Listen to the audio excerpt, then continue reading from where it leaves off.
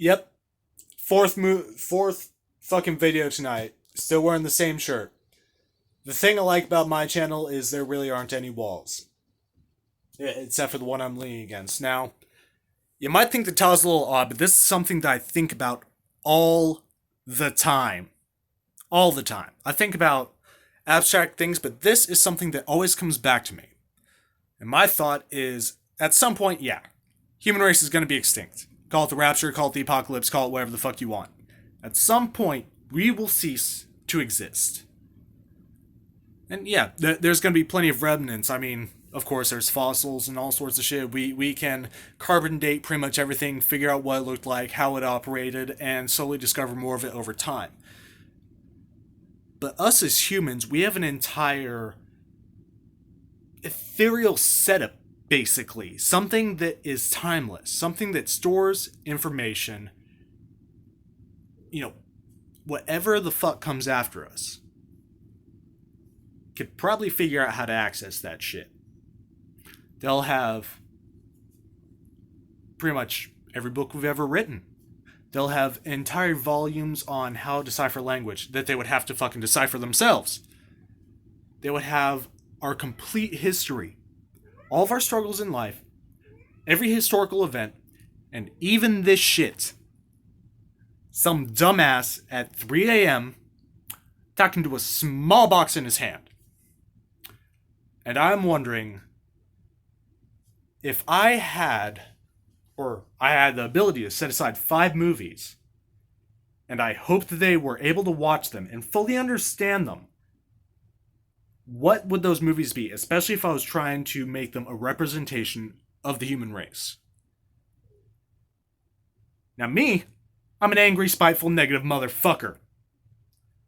But I'd still want this to be positive, so I'm just going to go ahead and roll into them. And I'm going to start off with something that a lot of y'all probably thought I would go ahead and put up there. Short Bus. My review of this shit is the most viewed video on my channel, which is funny because I was stammering over my words the entire time, but I do fully reinforce the message that this movie sends. It is an excellent trip of self-discovery, and it represents that we were always looking to discover more of ourselves. We were never complete, and we were always striving towards that. We were looking for small moments of happiness. And even if it was hard to accept, even if we had to push with all of our might to reach our goal, we could do it. And it didn't matter what anyone else thought, because it would define us.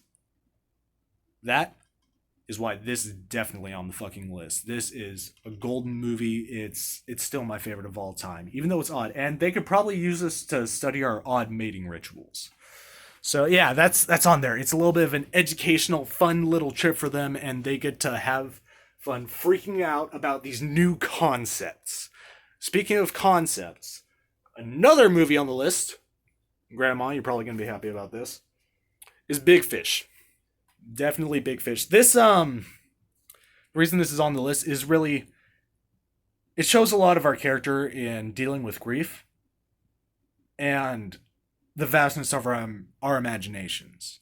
You know, we can create entire worlds just appear. No one else has to experience them. It can be just for us. It can be our representation of things, something that makes us feel better, something that makes us feel bigger, something that makes us feel stronger or faster or more attractive, something that makes us feel smarter. It is our own little world and how we decide to see it. And we can share that with others. We can blow up an experience as simple as making coffee or going on a road trip and make it something larger than life. And this is something that should definitely be passed over. The ability to go so far into denial that you can amuse others with your antics. No, it's more than that.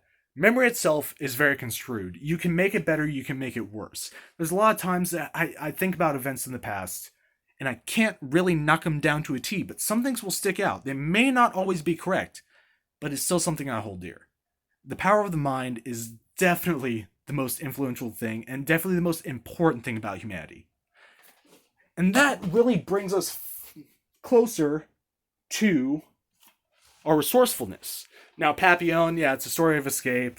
You know, it may not be the best light, but the resourcefulness nonetheless, the ingenuity, the creativity, and the fucking dedication to push forward in hopeless odds. It's a very impressive feat. This is definitely something to be witnessed. So yeah, that's number 3.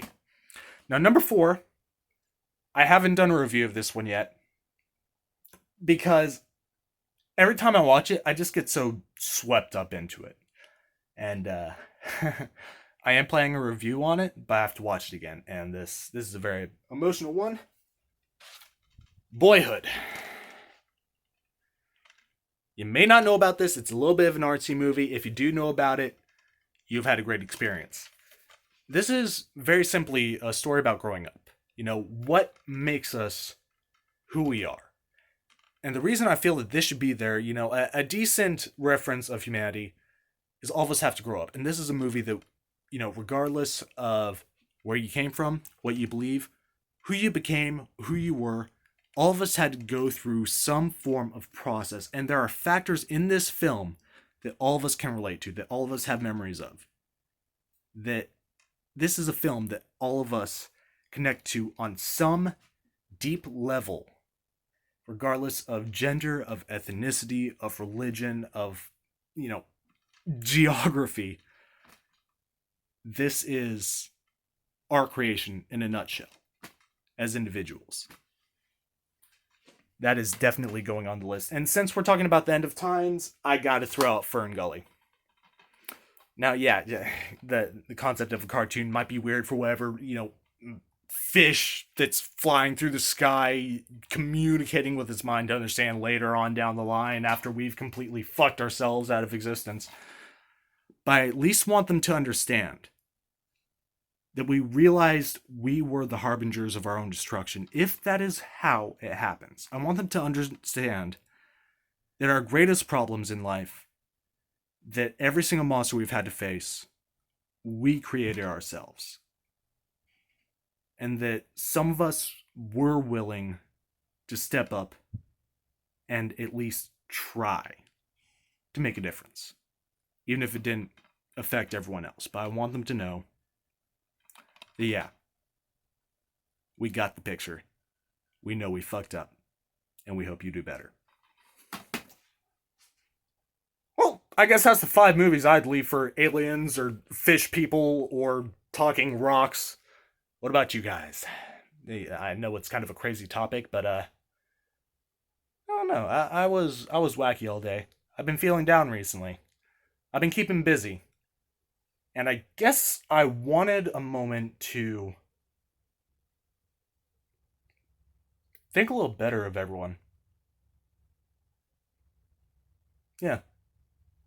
Anyway, what are the 5 movies you'd leave aliens or giant rock monsters? Like, comment, subscribe, keep on keeping on.